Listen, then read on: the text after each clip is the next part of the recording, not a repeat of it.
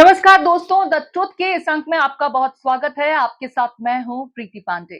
दोस्तों, आज जिस विषय को लेकर आपके समक्ष मैं मुखातिब हूं, उसमें बात होगी राजनीति की, उसमें बात होगी खेल की।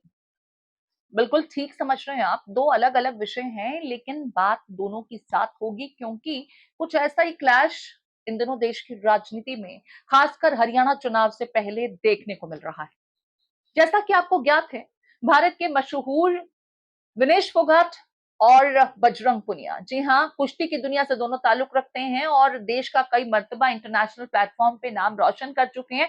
विनेश के साथ हालिया ओलंपिक्स में जो हुआ वो भी सबको याद होगा, सबकी आंखें नम हो गई थी, क्योंकि कुछ ग्राम की वजन के चलते वो ओलंपिक में मेडल पाने से चूक गई थी। खैर, उन तमाम डिटेल्स को क्योंकि आपने बीते दिनों विस्तार से देखा है, समझा है, मैं उसकी डिटेल में नहीं जा रही हूँ। ओलंपिक खत्म हो चुके हैं, अब बात है हरियाणा चुनाव की, बारी है हरियाणा चुनाव की। और हरियाणा चुनाव से एन पहले विनेश और बजरंग पुनिया के एक कदम ने विपक्षी खेमे में खलबलाहट मचा दी है, कुलबुलाहट मचा दी है। और सबसे ज्यादा परेशान हो रहे हैं डब्ल्यूएफआई के पूर्व अध्यक्ष ब्रिजभूषण शरण सिंह, क्योंकि विनेश फोगाट कांग्रेस पार्टी में अब औपचारिक तौर पर शामिल हो चुकी हैं और उन्हें जुलाना से कांग्रेस पार्टी मैदान में उतारने की तैयारी कर रही है। इस बात को औपचारिक ऐलान भी कर दिया गया है। तो ब्रिजभूषण शरण सिंह का यह कहना है कि अगर विनेश वहां से चुनाव लड़ेंगी और पार्टी ने मुझे इजाजत दी तो मैं जुलाना जाऊंगा भी और मैं विनेश के विरुद्ध प्रचार भी करूंगा।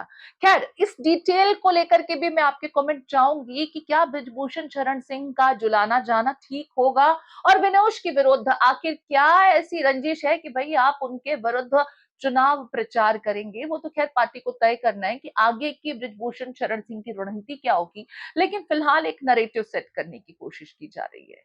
ब्रिजभूषण शरण सिंह ये वही साहब है, डब्ल्यूएफआई के पूर्व अध्यक्ष, जिनके ऊपर महिला खिलाड़ियों ने, जो पहलवान महिला खिलाड़ी हैं, उन्होंने यौन शोषण जैसे गंभीर आरोप लगाए थे।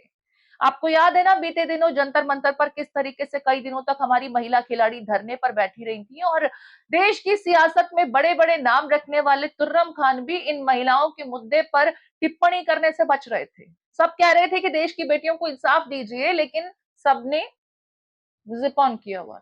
ऐसा मुद्दा था, ब्रिजभूषण शरण सिंह साहब को बैक था, किसका सपोर्ट था वो तो आप भी जानते हैं, मैं इस पर विस्तार से टिप्पणी नहीं करना चाहूंगी। लेकिन कुल मिलाकर के ऐसी कौन सी मजबूरी है बीजेपी की कि ब्रिजभूषण शरण सिंह को इतना झेलना पड़ता है और उन्हें इतना प्लीज करना पड़ता है, ये सवाल जनता भी जानना चाहती है। कम से कम एक महिला होने के नाते मैं भी जानना चाहती हूँ कि अगर देश की बेटियों ने, जिन्होंने देश का गौरव बढ़ाना कई मर्तबा काम किया, इंटरनेशनल प्लेटफॉर्म्स पर कई मर्तबा मेडल लेकर के आई हैं, तो आखिर अगर वो कोई आरोप लगा रही हैं, आंदोलन कर रही हैं, धरने पर बैठ रही हैं, तो इन्वेस्टिगेशन ठीक से हो जानी चाहिए थी। उस इन्वेस्टिगेशन का तो क्या हुआ वो आप भी जानते हैं। खैर, प्रेशर के चलते ही सही, भारत सरकार ने डब्ल्यूएफआई के अध्यक्ष बदल दिए थे, लेकिन सुर और तेवर इन साहब के भी कमोबेश वैसे ही हैं।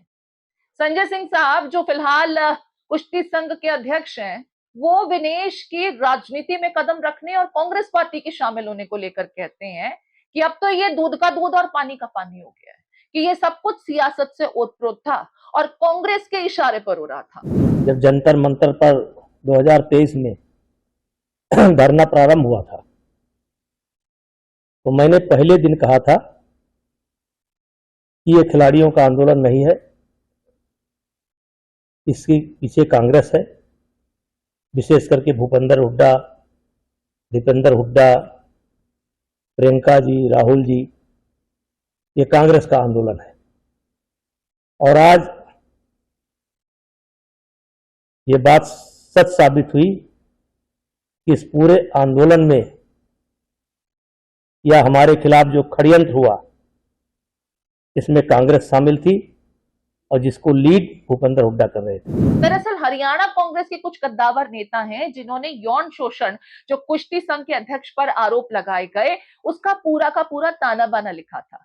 ये प्लॉटिंग थी। कुल मिलाकर के जिस तरीके की सियासत हो रही है, उससे तो ये समझ में आता है कि आपको मालूम है कि इन देश की बेटियों के साथ आपने जो किया था, उनकी शिकायतों को न सुनना, उन्हें अनदेखा करना।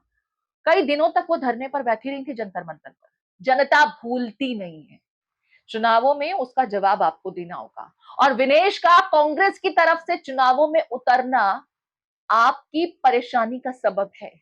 ये जो तमाम बयानबाजियां अब सामने आ रही है ना आपकी, ये भी इसके चलते ही है। और फिर आप दलील ये देते हैं कि कांग्रेस की कुछ शीर्ष नेतृत्व की वजह से हरियाणा कांग्रेस के कुछ बड़े कद्दावर चेहरे, जिसमें भूपेंद्र सिंह हुड्डा का जिक्र आप करते हैं, दीपेंद्र हुड्डा का जिक्र करते हैं, और ये कहते हैं कि 2012 के डब्ल्यूएफआई के चुनाव में क्योंकि दीपेंद्र हार गए थे, लिहाजा अब वो उसका बदला ले रहे हैं। इतने सालों तक प्लॉटिंग करती रही कांग्रेस पार्टी और फिर भी वो आपका कुछ बिगाड़ नहीं पाई, अब आपसे इतने सालों बाद बदला ले रही है। ये किस तरह की दलीलें आप दे रहे हैं? खैर छोड़िए। देश की जनता विदेश और बजरंग पुनिया का कांग्रेस पार्टी में शामिल होने को लेकर किस तरीके से देखती है? क्या उन्हें सियासत में आना चाहिए था, नहीं आना चाहिए था? आपकी अपनी अपनी राय हो सकती है, लेकिन पूर्व में भी कई खिलाड़ी, जिसमें क्रिकेटर्स भी शामिल हैं, कुछ पहलवान भी शामिल हैं, विजेंद्र बॉक्सर भी हमें याद है, और कई और खिलाड़ी जो इंटरनेशनल लेवल पर देश को ख्याति दिलाते रहे हैं, वो राजनीति में कदम कर सकते रहे हैं। तो अब ऐसे में सिर्फ विनेश और बजरंग का कांग्रेस पार्टी में शामिल होना आपको क्यों परेशान कर रहा है?